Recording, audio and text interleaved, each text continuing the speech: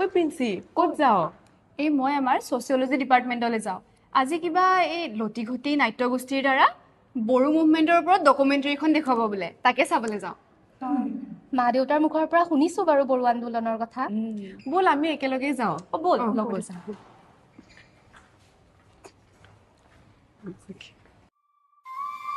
পৰম শ্ৰদ্ধাভাজন দৰ্শক মণ্ডলী, জয় জয়তে আপোনালোক সকলোকে আমাৰ লতিঘটি নাট্যগোষ্ঠীৰ প্ৰযোজনাৰে গঢ়ি উঠা তৃতীয়টি কাৰ্যসূচী এই ডকুমেণ্টাৰী অন বড়ো মুভমেণ্টৰ প্ৰদৰ্শনীলৈ আন্তৰিক স্বাগতম জনাইছোঁ।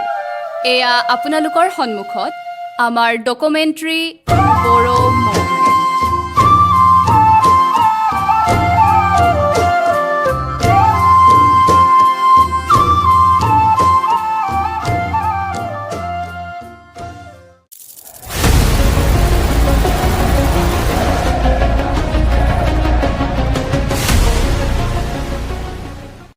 बोडो एबा कसारी फोरा आसामनि बायनिबो सिंगानि मिथिनाय थागिबि बड'फोरा मंगलैद हारिनि फोलेर मंगलैद सुबुं अनजिमाया शामनि लोगो ब्रह्मपुत्र आरो बराक सेरफांनिफ्राय लानानै आसामनि काछार हाजो मेघालय आरो त्रिपुरासिम मोनसे खंग्रं थाथाय ददंमोन आरो गुबुन गुबुन सिनायथिजो सोनाब बंग बिहार नेपाल भूटान आरो बांलादेशनि खायसे बाहागोफोरावबो गोसार दंमोन। जोंनि बे प्रेजेन्टेशन एबा डकुमेन्टारिनि आयदाया जाबाय बर' सुबुंफोरनि गोबाव समनि नांथाबनाय आरो बर' सोमावसारनाय। बर', बरक, गार', डिमासा, राभा, चुटिया, तिवा, শৰণীয়া, মহলীয়া ইত্যাদি ঐতিহাসিক, নৃতাত্ত্বিক আৰু ভাষিকভাৱে একেমূলৰ। ঐতিহাসিকভাৱে কোনো সুসূত্ৰ নথকা কালৰে পৰা বড়োসকলে তেওঁলোকৰ উচ্চ বিকশিত ৰাজনৈতিক, আইনী আৰু সামাজিক সাংস্কৃতিক প্ৰভাৱ বিস্তাৰ কৰি আহিছে। বৰ্তমান বড়োসকলৰ সৰহ সংখ্যকেই ব্ৰহ্মপুত্ৰ উপত্যকাৰ উত্তৰ পাৰৰ হিমালয়ৰ পাদদেশত কেন্দ্ৰীভূত হৈ আছে। লিপিবদ্ধ ইতিহাসত প্ৰথমবাৰৰ বাবে ত্ৰয়োদশ শতিকাৰ আৰম্ভণিতে আহোমসকলে আক্ৰমণ কৰি তেওঁলোকৰ দেশ দখল কৰিছিল, যি প্ৰক্ৰিয়া প্ৰায় 200 বছৰ ধৰি চলিছিল। 1826 চনৰ 24 ফেব্ৰুৱাৰীত স্বাক্ষৰিত ইয়াণ্ডাবু সন্ধিৰ ঠিক পিছতেই ব্ৰিটিছে তেওঁলোকৰ ভূখণ্ডসমূহ ইখনৰ পিছত সিখনকৈ ব্ৰিটিছ ভাৰতীয় সাম্ৰাজ্যৰ অন্তৰ্ভুক্ত কৰি লৈছিল। তেওঁলোকৰ ভাষা হ'ল বড়ো ভাষা, যিটো তিব্বত-বৰ্মী ভাষা পৰিয়ালৰ অন্তৰ্ভুক্ত। এই ভাষা ভাৰতীয় সংবিধানৰ 8ম অনুসূচীত অন্তৰ্ভুক্ত। মই তোমাক ভাল পাওঁ এইটো বড়োত ক'ব আং নोंखौ मोजां मोनो, আং नोंखौ मोजां मोनो। তেওঁলোকৰ এক চহকী সাংস্কৃতিক পৰম্পৰা আছে। ধৰ্মীয় বিশ্বাসৰ ক্ষেত্ৰত পৰম্পৰাগত বাথৌ ধৰ্মৰ বিশেষ গুৰুত্ব আছে। ব্ৰিটিছ শাসনে আৰম্ভ কৰা নতুন ভূমি নীতিৰ বাবে বড়োসকলৰ পৰম্পৰাগত সামূহিক ভূমি অধিকাৰ খৰ্ব হয়। ব্ৰিটিছৰ পৃষ্ঠপোষকতাত চাহ বাগানৰ শ্ৰমিক আৰু পূৰ্ববংগৰ পৰা হোৱা প্ৰব্ৰজনে বড়ো বসতিপূৰ্ণ অঞ্চলসমূহৰ জনগাঁথনি সলনি কৰি পেলায়। ইয়াৰ ফলত থলুৱা লোকসকল নিজৰ মাটিতে সংখ্যালঘু হৈ পৰাৰ শংকাৰ সৃষ্টি হয়। 1947 চনৰ পিছত ভাৰতীয় শাসন ব্যৱস্থাটো বড়োসকলে আৰ্থ-সামাজিক আৰু ৰাজনৈতিক দিশত অৱহেলিত অনুভৱ কৰে। চৰকাৰী চাকৰি, শিক্ষা আৰু আন্তঃগাঁথনিৰ অভাৱে তেওঁলোকৰ মাজত অসন্তুষ্টিৰ সৃষ্টি কৰে। লগতে ভাষা আৰু সংস্কৃতি ৰক্ষাৰ বাবেও এক প্ৰত্যাহ্বানৰ সৃষ্টি হয়। প্ৰশাসনীয় অৱহেলা, নিজৰ মাটিত ভূমিহীন হোৱাৰ ভয় আৰু ভাষিক পৰিচয় বিলুপ্ত হোৱাৰ আশংকাই বড়ো সমাজক একত্ৰিত কৰে। এই ঐতিহাসিক আৰু সামাজিক কাৰকবোৰে এটা সুকীয়া ৰাজনৈতিক স্বায়ত্তশাসনৰ বাবে আন্দোলন গঢ়ি তোলাটো অনিবাৰ্য কৰি তোলে।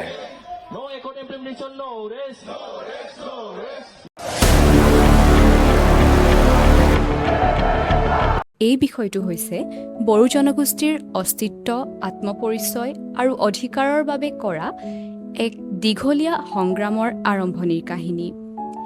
এইটো কেৱল এক ৰাজনৈতিক আন্দোলন নহয়, ই হৈছে জাতিৰ আত্মসন্মান ৰক্ষাৰ এক বৃহৎ যুঁজ। Let me begin with the year 1967, when the Plains Tribal Council of Assam was formed. This organization was the first major political platform that raised the voice of Plains tribal communities, including the Bodos. At that time, many tribal people were facing problems like loss of land, lack of development, and political neglect. So PTCA demanded a separate state called Udayachal to protect their rights and identity. Although this demand was not fulfilled, it created political awareness and unity among the people. গতিকে 1967 চনত এই যি PTCA অৰ্থাৎ plain tribal council of Assam গঠন হৈছিল, ইয়াৰ গঠন বড়ো আন্দোলনৰ প্ৰথম সংগঠিত পদক্ষেপ আছিল। এই সময়ত বহিৰাজ্যৰ বহুতো লোকৰ আগমনৰ ফলত ভূমিৰ ওপৰত অধিক চাপ পৰিছিল আৰু জনজাতীয়সকলে নিজৰ অধিকাৰৰ পৰাই বঞ্চিত হৈছিল। গতিকে তেওঁলোকে নিজৰ অধিকাৰসমূহ ৰক্ষা কৰিবৰ বাবে যি উদয়াচলৰ দাবী কৰিছিল, যদিও সেই দাবী সফল নহ'ল, তথাপি ই বড়ো সমাজত এক নতুন ৰাজনৈতিক সজাগতাৰ সৃষ্টি কৰিলে। As political awareness rise, the demand for Udayachal gradually evolved into a more ethnical, defined and identity-driven demand. The creation of a separate state called Bodoland. This shift reflected a growing realization among the Bodo people that their unique identity required a distinct political space. The concept of Bodoland was not merely about territorial separation. It represented a comprehensive vision of self-governance, cultural preservation, and socio-economic development. The Bodos sought control over their land, recognition of their language in administration and education, and protection from cultural assimilation. গতিকে এই বড়োলেণ্ডৰ যি দাবী, সেই দাবী লাহে লাহে এক শক্তিশালী জন আন্দোলনত পৰিণত হৈছিল। আৰু এই দাবী কেৱল ৰাজনৈতিক সীমা বিভাজনৰ বাবে নাছিল, বৰং ই আছিল নিজৰ পৰিচয় আৰু অস্তিত্ব ৰক্ষাৰ এক গভীৰ আহ্বান। বড়োসকলে অনুভৱ কৰিছিল যে তেওঁলোকৰ ভাষা আৰু সংস্কৃতি লাহে লাহে হেৰাই যাব ধৰিছে, আৰু সেইবাবে তেওঁলোকে এক নিজা ৰাজ্যইহে তেওঁলোকক সুৰক্ষা দিব পাৰিব বুলি ভাবিছিল। এই দাবীৰ মাজত এক আৱেগ, এক আত্মসন্মান আৰু এক ভৱিষ্যতৰ আশা লুকাই আছিল, যিয়ে আন্দোলনটোক অধিক শক্তিশালী কৰি তুলিছিল। The year 1987 marked a turning point with the revitalization of the All Bodo Students Union under dynamic leadership. ABSU became the backbone of the Bodo movement, transforming it into a mass-based struggle. The organization played a crucial role in spreading awareness, organizing protests, and articulating the demands of the Bodo people at regional and national levels. It successfully mobilized students who became the most active participant in the agitation. ABSU's structured approach, combined with strong leadership, ensured that the movement remained focused and impactful. গতিকে এই যি all বড়ো students ইউনিয়নৰ গঠন, ই হৈছে বড়ো আন্দোলনৰ বাবে এক মাইলৰ খুঁটিস্বৰূপ। এই সংগঠনটোৱে ছাত্ৰ আৰু যুৱশক্তিক একত্ৰিত কৰি আন্দোলনটোক এক গণ আন্দোলনত ৰূপান্তৰিত কৰিছিল। ছাত্ৰসকলে নিজৰ অধিকাৰৰ বাবে সজাগ হৈছিল, তেওঁলোকে নিজৰ অধিকাৰৰ বাবে আগভাগ লৈছিল, আৰু যাৰ ফলত আন্দোলনটো অধিক গতিশীল আৰু শক্তিশালী হৈ পৰিছিল। আৰু এই ABSUৱে বড়ো সমাজৰ কণ্ঠস্বৰ হিচাপে কাম কৰি তেওঁলোকৰ দাবীসমূহ স্পষ্টভাৱে দাঙি ধৰিছিল। A defining phase of the Bodo movement began with the emergence of Upendranath Brahma, who is widely revered as the father of the Bodo movement. His leadership marked a transformation from fragmented demands to a unified, disciplined, and visionary movement. As the president of ABSU, he emphasized peaceful and democratic means of protest. He mobilized thousands of students and youth, instilling in him a strong sense of identity and purpose. His famous slogan, divide Assam 50-50, symbolized the demand for equitable recognition and political rights for the Bodo people. Upendranath Brahma's contribution went beyond political leadership. He became a symbol of hope, unity, and resilience, guiding the movement with clarity and determination. গতিকে এই উপেন্দ্ৰনাথ ব্ৰহ্মই বড়ো মুভমেণ্টক এটা নতুন দিশ প্ৰদান কৰিছিল। তেওঁ কেৱল এজন নেতা নহয়, বৰং এক প্ৰেৰণা আছিল এই বড়ো যুৱ সমাজক একত্ৰিত কৰাৰ বাবে।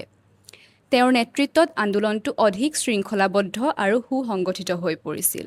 তেওঁ সদায় শান্তিপূৰ্ণ আৰু গণতান্ত্ৰিক উপায়েৰে সংগ্ৰাম কৰাৰ ওপৰত গুৰুত্ব আৰোপ কৰিছিল আৰু তেওঁৰ যি চিন্তাধাৰা আৰু দৃষ্টিভংগী, সেই দৃষ্টিভংগীয়ে বড়ো সমাজত এক নতুন আত্মবিশ্বাসৰ সৃষ্টি কৰিছিল, যিয়ে আন্দোলনটোক অত্যাধিক শক্তিশালী ৰূপে গঢ় দিয়াত যথেষ্ট সহায় কৰিছিল। And our thing is very much clear. You accept Bodo and we are not going to accept. Bodo land is the only thing that you're going to accept. Yes. And if Bodo land is not given to you, There will be, it is a struggle. for how long? Continuously. Till it is accepted. Yes, we are ready to fight. And how will you fight? We'll have to menace. Will you have violence? Anything else? Will you go underground? Not that.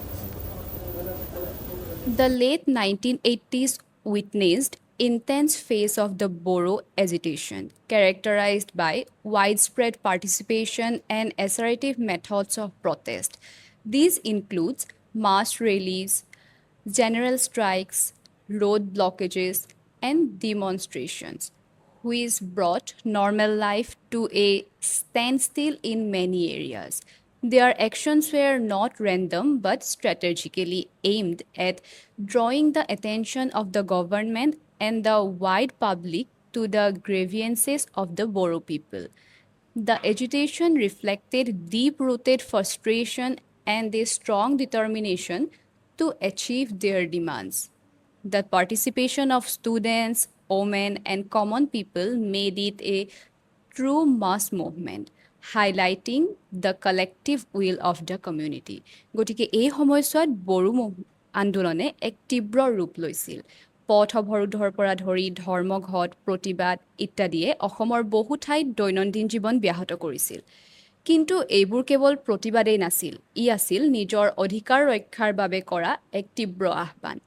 গাঁৱৰ পৰা চহৰলৈকে সকলো স্তৰৰ মানুহে এই আন্দোলনত অংশ লৈছিল, যাৰ ফলত সঁচা অৰ্থত ই এক গণ আন্দোলন হিচাপে পৰিগণিত হৈছিল। In the early stages, the response of the government, both state and central, was largely indifferent and delayed.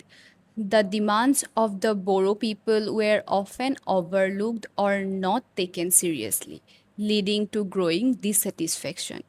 Instead of engaging in meaningful dialogues, the authorities initially focused on maintaining law and order, sometimes leading to clashes between protesters and security forces. This approach further alienated the people and intensified the agitation. গতিকে আৰম্ভণিতে চৰকাৰে এই বড়ো আন্দোলনৰ দাবীসমূহ গুৰুত্ব সহকাৰে লোৱা নাছিল আৰু ইয়াৰ ফলত বড়োসকলৰ মাজত অসন্তুষ্টি আৰু বিদ্বেষৰ ভাৱ অধিক বৃদ্ধি পাইছিল। প্ৰতিবাদক দমন কৰাৰ চেষ্টাত কেতিয়াবা আৰক্ষীৰ সৈতে সংঘৰ্ষৰ ৰূপ লৈছিল, যিয়ে পৰিস্থিতিক অধিক জটিল কৰি তুলিছিল।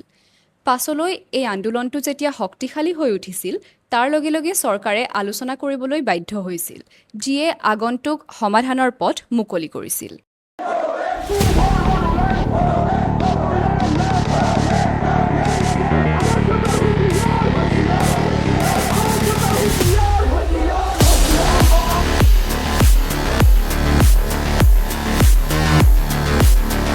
The Bodo movement, which began as a democratic assertion for identity, land, and autonomy, gradually entered a darker and a more violent phase. By the late 1980s and early 1990s, frustration has reached a breaking point. Years of protests, memorandums, and negotiation have failed to bring meaningful change. For many Bodo youths, the belief grew that peaceful methods were no longer effective. One of the earliest among them was the Bodo Security Forces, or BDSF, formed in 1986. The group later renamed itself the National Democratic Front of Bodoland, reflecting a stronger ideological commitment to an independent Bodoland. The National Democratic Front adopted armed struggle as its primary strategy, seeking sovereignty through military means rather than negotiation. Around the same time, another significant armed group came into existence, the Bodo Liberation Tiger. While also militant in nature, the Bodo Liberation Tiger differed somewhat in its approach, often showing a great willingness to engage in dialogues with the Indian state. Nevertheless, both groups symbolized a crucial shift from mass mobilization to militarization. The military turn was not sudden. The repeated failure of negotiation played a central role. Agreements such as the Assam Accord of 1985 did not adequately address Bodo aspiration. Political promises remained unfulfilled, and autonomy remained limited in scope. This created a deep sense of betrayal and alienation. The ethnic tension in the region is also very much intensified. The Bodos, struggling to protect their land and identity, found themselves in conflict with other communities, particularly Bengali-speaking Muslims and Adivasis. These tensions often escalated into violent clashes and turning villages into battlegrounds. As militancy grew, the region witnessed cycles of violence that deeply affected civilian life. Ethnic conflicts led to large-scale displacement. Thousands of families were forced to flee their homes, seeking refuge in relief camps under harsh and uncertain conditions. These camps became symbols of human suffering, places where loss, fear, and uncertainty defined everyday existence. In response to the rising insurgency, the Indian government intensified its counter-insurgency operations. Armed forces were deployed across affected areas, aiming to dismantle militant networks and restore orders. While these operations weakened militant structure over time, they also contributed to an atmosphere of militarization and fear. The militant phase of the Bodo movement thus represents a critical turning point, a period marked by violence, suffering, and deep social divisions. It highlights how unresolved political demands, when combined with ethnic tensions and state responses, can push a movement from peaceful protest into armed conflict. Yet, this phase also laid the groundwork for future negotiation and peace processes. The realization of the heavy human cost eventually pushed both the state and the militant groups towards dialogue and setting the stage for the next chapter.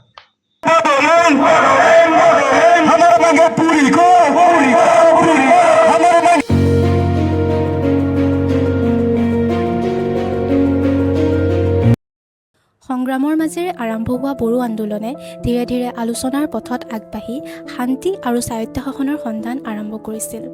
So, this chapter helps us understand how political negotiations were used to address the long-standing Bodo movement in Assam and why peace has been both achieved and challenged over time. The 1993 Bodoland Autonomous Council Agreement was the first major attempt by the Government of India and the Government of Assam to address the demands of the Bodo people for self-governance. The BAC was created to give some autonomy in administrative matters. However, this agreement ultimately failed. The main reason was that it did not clearly define the territorial boundaries of the council. As a result, many Bodo majority areas were left out, which created dissatisfaction. Moreover, the BAC lacked sufficient political and financial powers to function effectively. Because of these limitations, the Bodo movement continued and unrest persisted. Moving forward, a significant breakthrough came with the 2003 Bodo Accord, which is considered a landmark peace agreement. This accord was signed between the Government of India, the Government of Assam, and the Bodo Liberation Tigers (BLT), a major militant group at that time. Unlike the earlier agreement, this was more comprehensive and aimed at providing a more structured and powerful form of autonomy. As a result of this accord, the Bodoland Territorial Council was created under the provisions of the 6th Schedule of the Indian Constitution. This was a major step because the 6th Schedule allowed for greater autonomy in tribal areas, including legislative, administrative, and financial powers. Now, let us look at the powers granted to BTC. The Council was given control over important subjects such as land, forest management, except reserve forest, education, culture, and local governance. This allowed the Bodo people to preserve their identity, language, and traditions, while also participating in development activities within their region. However, despite these powers, the BTC had also certain limitations. It did not have full control over law and order, which remained under the state government. Financial dependence on the central and state governments also limited its autonomy. Additionally, not all Bodo inhabited areas were included within the BTC, which led to dissatisfaction among sections of the community. Even after the 2003 Accord, unrest did not completely disappear. Some factions such as the National Democratic Front of Bodoland (NDFB) did not accept the agreement and continued their insurgent activities. This shows that while agreement can bring peace, they must be inclusive and address all concerns to the fully successful. The journey towards peace in Bodoland has been complex. The 1993 agreement failed due to weak implementation and unclear provisions, while the 2003 Accord marked a significant improvement by creating the BTC. However, limitations and continued unrest remind us that peace building is an ongoing process that requires dialogue, inclusion, and trust. সেয়েহে বড়োলেণ্ডৰ ৰাজনৈতিক যাত্ৰাই দেখুৱাইছে যে দীৰ্ঘদিনীয়া সমস্যাৰ সমাধানৰ বাবে শান্তিপূৰ্ণ আলোচনা আৰু সাংবিধানিক ব্যৱস্থা অতি গুৰুত্বপূৰ্ণ।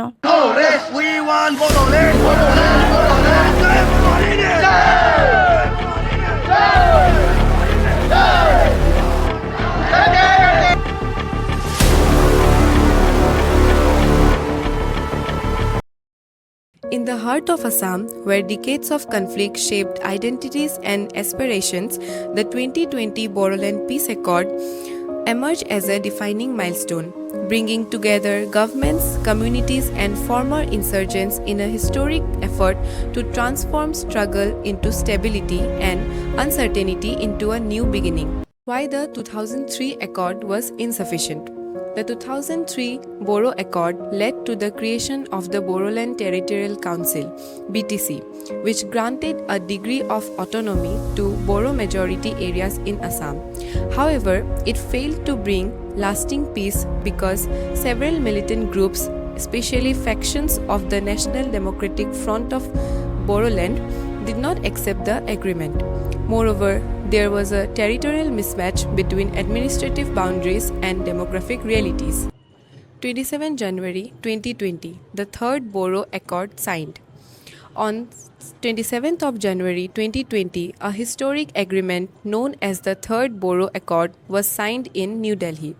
This agreement involved the Government of India, the Government of Assam, different factions of the National Democratic Front of Bodoland, and civil bodies like the All Bodo Students' Union. It aimed to bring a permanent solution to the long-standing Bodo issue by addressing political, economic, and security concerns in a more inclusive manner than previous accords. The signing ceremony itself carried strong symbolic importance. It represented reconciliation between the state and insurgent groups, as the militant outfits were going to be deframed, well as among different communities within the region. The presence of leaders from various factions demonstrated a collective commitment to peace, making it not just a political agreement but also a social milestone. Expansion of BTC area. One of the major provisions of the accord was the expansion of the BTC area. Several Bodo majority villages from adjoining districts were included, while some non-Bodo areas were excluded. This restructuring aimed to create a more demographically balanced and administratively efficient region, reducing ethnic conflicts and ensuring better governance. Creation of a Bodoland Territorial Region (BTR). The creation of the Bodoland Territorial Region was one of the most important outcomes of the 2020 peace agreement, as it replaced the earlier Bodoland Territorial Areas districts (BTAD) with a more structured and inclusive administrative arrangement. The earlier system under the Bodoland Territorial Council had limitations in terms of clarity, representation, and territorial balance, which the new arrangement aimed to correct. Rehabilitation of NDFB cadres. Another crucial aspect was the rehabilitation of former militants belonging to NDFB factions. The government introduced schemes to reintegrate them into society through vocational training, financial assistance, and employment opportunities. Former cadres were provided financial assistance packages including one-time grants and monthly stipends for a limited period. The surrender of weapons by militant groups marked a historic turning point in the peace process. Thousands of cadres laid down arms, symbolizing their commitment to peace and democratic processes. Political significance of the accord. The 2020 Bodoland Peace Accord holds immense political significance as it represents a comprehensive and inclusive resolution to a decades-long conflict. By involving multiple stakeholders and addressing key grievances, it strengthened democratic governance and regional stability. The accord also set an example for conflict resolution in other parts of India, highlighting the importance of dialogue, inclusion, and development in achieving lasting peace. At a broader level, the accord has strategic importance for the Northeast region. It strengthened the ongoing peace-building process in an area historically affected by insurgency. Finally, the agreement enhanced the credibility of the Indian state in conflict resolution. It demonstrated that long-standing insurgencies can be resolved through sustained negotiations, political will, and inclusive policy making. This has both national and international significance as it reinforces the idea that democratic systems can effectively manage complex ethnic and political conflicts.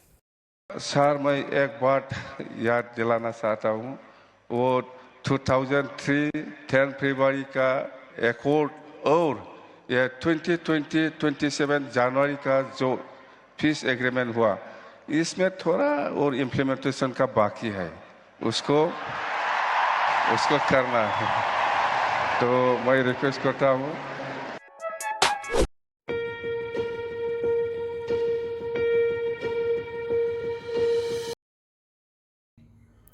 Demarcation of identity was not mere political hoe.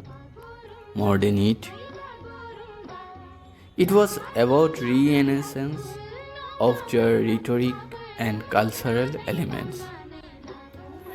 As the prominent sociologists Bloomer and Bodo suggest with their writings, the strategic uses of cultural symbols by agents as cultural capital makes the mass agitation a hit.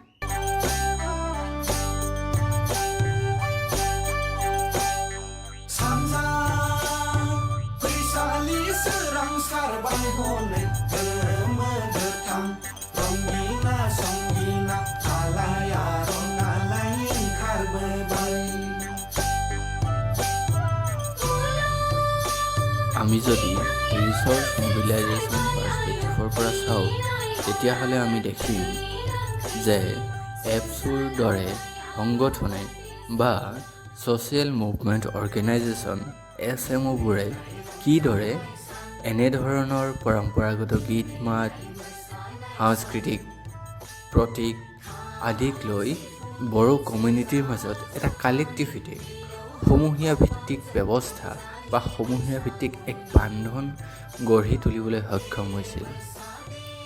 তদুপৰি বহুত ক্ষেত্ৰত ব্যৱস্থাবোৰ আছিল স্বেচ্ছাসেৱীভাৱে বাধ্যতামূলক।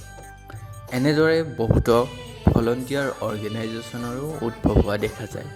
পিছলৈ আজিৰ প্ৰেক্ষাপটত এই চেৰজা, চিফুং, খাম আদি বাদ্যযন্ত্ৰ তথা বড়ো সাজপাৰ, দখনা, বড়ো খাদ্যাম্ভাৰ, অনলা আদিৰ দৰে সকলোবিলাক সাংস্কৃতিক মৌলিক উপাদানে ভৌগোলিক স্বীকৃতি সূচক লাভ কৰাটোৱে এই জাতিৰ স্বকীয়তা বা জাতিৰ পৰিচয়ক এক অনন্য মাত্ৰা প্ৰদান কৰিছে বুলি ক'লেও অত্যুক্তি কৰা নহ'ব। Later in 2025, the state-sponsored celebration of Baguramba dance marked the importance of Bodo community in the complex geopolitical ethnicity scenario of state Assam, and also in the national context.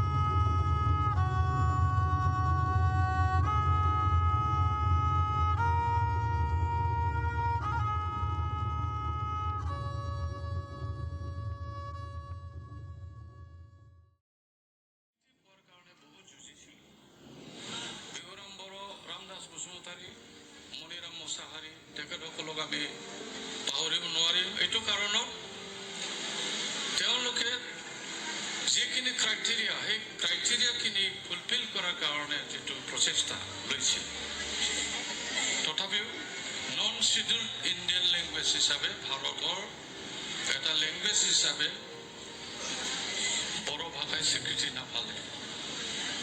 পিছত 2003 BTC চুক্তি 9 নম্বৰ দফাত আমি এই ভাষাটো এই শিডিউলত 8ম অনুচ্ছেদৰ অন্তৰ্ভুক্ত কৰাৰ কাৰণে সুবিধাটো পালোঁ।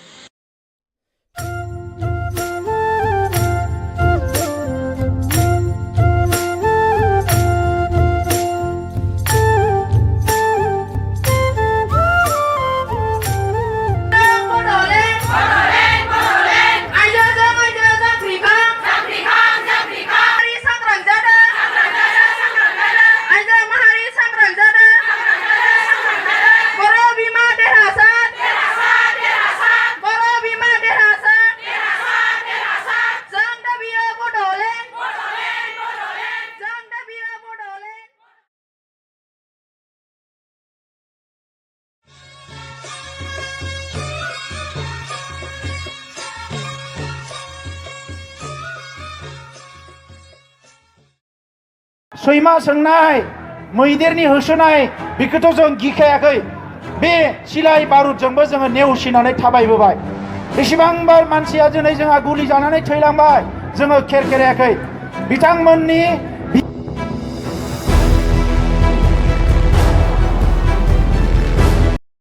Khulumbai. The story of Bodoland is deeply rooted in the aspirations of the Bodo people for identity, dignity, and self-governance.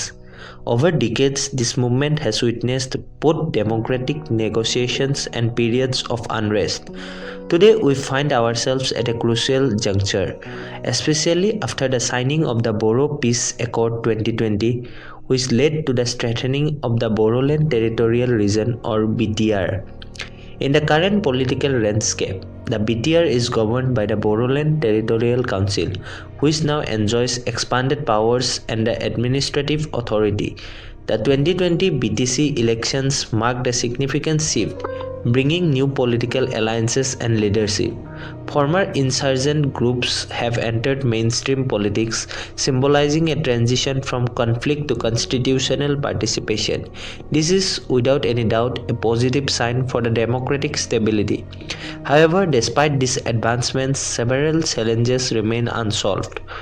One of the most pressing issues is land rights. Indigenous communities, including the Bodos and other tribal groups, continue to express concerns over land protection and encroachment. At the same time, the concerns of Bengali-speaking Muslim minorities and other non-tribal residents must also be addressed with fairness and inclusivity. Lasting peace cannot be achieved unless every community feels secure and respected. Another challenge lies in the presence of splinter insurgent factions, particularly remnants of the National Democratic Front of Bodoland. Although many factions have laid down arms, a few elements still pose a threat to stability. Sustained efforts in rehabilitation, dialogue, and development are essential to ensure that peace is not fragile but permanent. The Bodo movement also offers important lessons for ethnic autonomy movements across India. It teaches us that dialogue is more powerful than violence, that constitutional solutions are sustainable, and that identity and development must go hand in hand. The journey from agitation to administration in Bodoland reflects the strength of democratic frameworks in accommodating diverse aspirations. Looking ahead, the future of BTR depends on how effectively governments is delivered. Development in education, healthcare, infrastructure, and employment must reach the grassroots levels.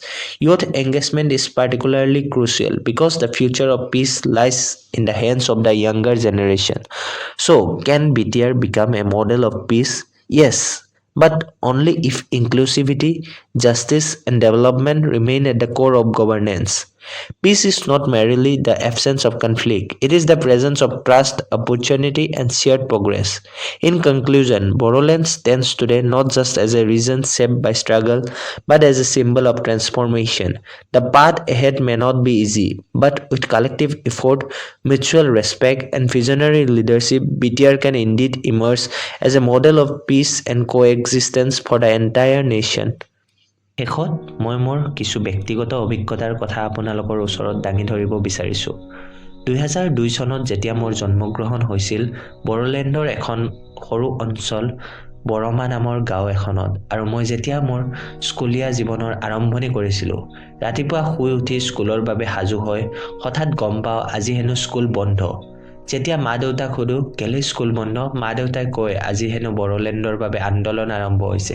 ঠিক তেনে সময়ত মই বাহিৰলৈ ওলাই গৈ দেখা পাওঁ ৰাস্তাত ট্ৰাক ট্ৰেক্টৰ সকলো গাড়ী মানুহ ভৰি ভৰি আহি আছে হাইৱে ব্লক কৰিবলৈ। সেই চিঞৰবোৰ ডিভাইড আসাম 50-50 উই ওৱান বড়োলেণ্ড ন' ৰেষ্ট সেই চিঞৰবোৰ যেন আজিও মোৰ কাণত বাজি উঠে কেতিয়াবা। কিন্তু এতিয়া যেতিয়া আমি ঘৰলৈ উভতি যাওঁ মই দেখিবলৈ পাওঁ যে বড়োলেণ্ডখন আগৰ দৰে নাই। বড়োলেণ্ডখন এক নতুন গতিৰে আগবাঢ়ি গৈ আছে। বড়োলেণ্ডৰ যি ডেকা প্ৰজন্ম আছিল যি যুৱ প্ৰজন্ম তেওঁলোকে হেনো এতিয়া হাতে হাত ধৰি একেলগে অসমৰ যি উজ্জ্বল ভৱিষ্যতৰ গতি আছে সেই গতিৰ দিশে তেওঁলোকে কাম কৰিবলৈ আৰম্ভ কৰিছে। বড়োলেণ্ডত থকা প্ৰত্যেকটো জাতি জনগোষ্ঠী বড়ো ভাই ভনীসকলে একে একগোট হৈ পেলাই কিন্তু আজিৰ তাৰিখত উন্নয়নৰ দিশে কাম কৰি আহিছে। কেতিয়াবা ভাল লাগে যেতিয়া খবৰ পাওঁ যে ঘৰৰ ওচৰৰ ল'ৰা এজনে IPS হ'ল, যেতিয়া গম পাওঁ যে বড়ো ল'ৰা এজনে ষ্টেটৰ ভিতৰত টপ ৰেংক পাবলৈ সক্ষম হৈছে তেনে খবৰবোৰে নিশ্চয় মনত আনন্দ লাভ কৰিবলৈ সক্ষম হয়। যেতিয়া গম পাওঁ যে বড়োলেণ্ডত নতুন উদ্যোগ আৰম্ভ হৈছে, যেতিয়া গম পাওঁ যে বড়োলেণ্ডক নতুন বিজনেছ কৰিডৰ হিচাপে ভূটানৰ লগত লিংক কৰিবলৈ গৈ আছে তেনেধৰণৰ খবৰবোৰে কিন্তু আমাৰ সকলোৰে মনত আনন্দ আনিবলৈ সক্ষম হয়। শেষত আমি সকলোৱে লতিকতি প্ৰডাকশ্যনৰ পৰা আপোনালোকৰ পৰা বিদায় মাগিছোঁ। জয় বড়ো হাৰিণী, জয় আই অসম, জয় হিন্দ, ধন্যবাদ।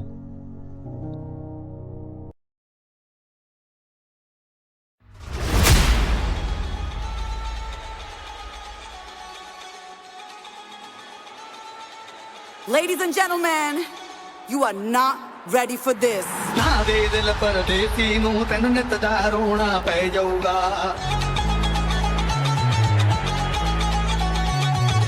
মই একোই নাজানে মই আচলতে নাজানেও একো নাজানো।